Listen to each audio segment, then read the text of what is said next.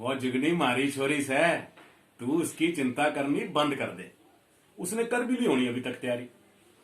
भाई मने तो कदे भी उसकी चिंता नहीं हुई, मने तो अब तेरी चिंता से, तेरी।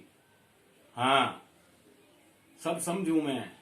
तू क्यों मने छेती बुला रही से, ताकि मैं टाइम तक आके उसका टैची बंद कर दूं। तो न सामान इतना भर देना उसमें, पर मैं तो न रोकूंगा नहीं।